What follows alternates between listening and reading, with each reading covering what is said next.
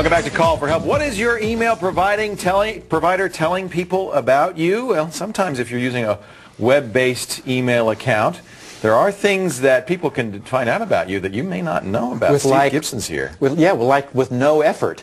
I had a dialogue with a young kid who was involved in some online dispute. I think it started in some online gaming. Some flame war. And someone said, oh, take this to email. Right. So he started annoying a hacker who and he was using Yahoo, as it turned out. His email was Yahoo, and this attacker, without him telling the attacker anything, learned his IP address and blew him off the internet.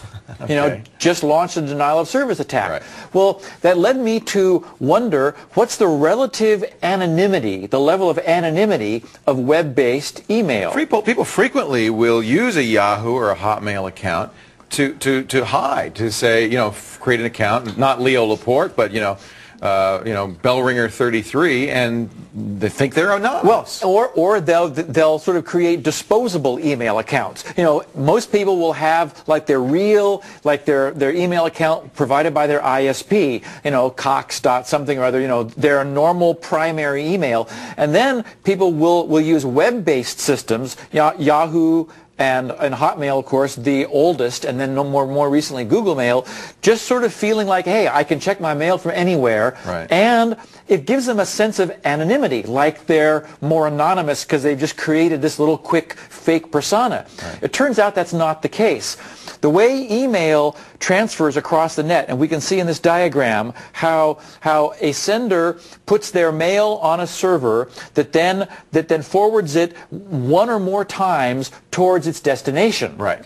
While this is happening, headers are being added to the front of the email. Well, it turns out that Yahoo and Hotmail actually put your email address right in. You mean your IP address? I'm sorry, your IP address right in the mail. There, and I highlighted it in yellow. These are the email headers from email generated by Yahoo. And right there, it says received from and that IP address. So even if my Yahoo mail address is bellringer33 at yahoo.com, the person receiving that mail knows it's me because that's my my one and only internet address. Well, and if someone wanted to attack you, they've got your temporary online identity, which is your IP address. Right. And similarly, here are the headers for Hotmail. So Yahoo and Hotmail both do this. Yes, and Hotmail says X originating IP, and there's the IP that originated the mail. So even though you're using a browser, when you connect to Hotmail servers, they know who you are. It has your IP at the time. Now, we should mention that if you're on dial-up, your IP changes regularly, and if you're on AOL, same thing. But many people have cable modems or DSL modems where your internet address is static, doesn't change. And those are the people who are vulnerable. And what's interesting is, by comparison, here are the headers for Google Mail.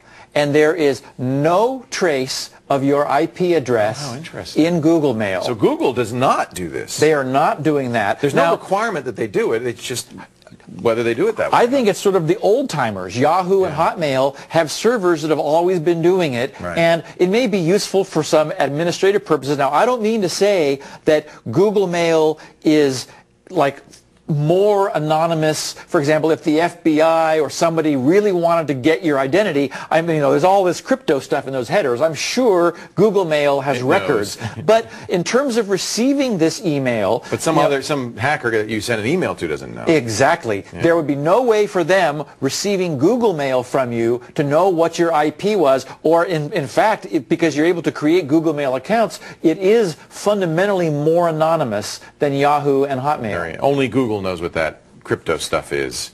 Yes. But of course, if you're breaking the law, they could decode it. And again, the idea is not to say that Google Mail is necessarily more anonymous, except that from the standpoint of people receiving your email, if you It's a mistake to believe with Yahoo and Hotmail that there's no identity in that every single person who receives your mail can have. Right. And of course, many people's IPs are more static now as more and more people are using DSL and cable modems. If you were like trying to play a game with someone, pretending to be different people, like create multiple Yahoo accounts or Hotmail accounts, your same IP address would be in all of them, but not in Google Mail. Now, I suppose if you wanted to test other mail systems, you could send yourself an email message and see if it in any way in the headers. I sent myself that Google Mail. That's how you found from out. From my Gmail account. It would have that in the headers, and you could see your own internet address in there. So it's easy to perform the test yourself. Yeah, very interesting.